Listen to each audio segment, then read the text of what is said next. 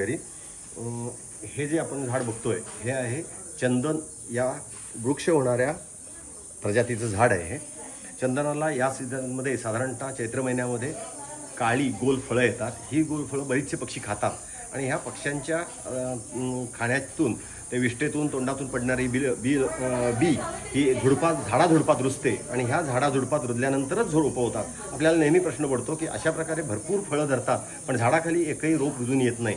याचं कारण असं आहे की जे काही चंदन हे झाड आहे ह्या चंदन प्रजातीमध्ये जेव्हा बी अंकुरते तेव्हा तिला सुरुवातीला काळामध्ये ती एक परोपजीवी वनस्पती म्हणून जन्म घेते आणि त्या परोपजीवी वनस्पतीसाठी लेग्यूम ज्याला शेंगा धरतात अशा प्रकारच्या कुठल्याही वनस्पतीच्या मुळांवर ही रोपं पहिल्यांदा वाढतात.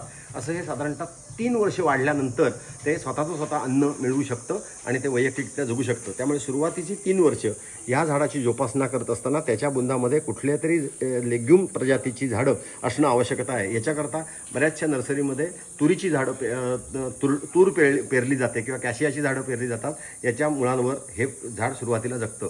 अशा प्रकारे चंदनाचं झाड एकदा जगलं की हे झाड साधारणतः 60 ते 80 वर्ष जगवावं लागतं. हे अशा प्रकारे जर चोरांनी चोरून नेलं नाही आणि असं झाड टिकलं तर त्याच्या मुळातून असणारं तेल हे संपूर्ण शरीरामध्ये भरतं आणि हे झाड नैसर्गिकरित्या मरून जातं. असं झाड असतं. ह्याला खरखर चंदन म्हणतात आणि हे चंदन वापरण्यासाठी वापरलं जातं. त्याचा अतिशय सुरेख सुगंध असतो.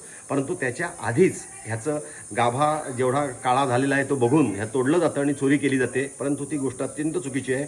म्हणजे जर कोणाला ही लावायची असतील तर ही झाडं आज आपण लावलीत तर आपले नातवंड ह्याच्यापासून फायदा मिळवतील.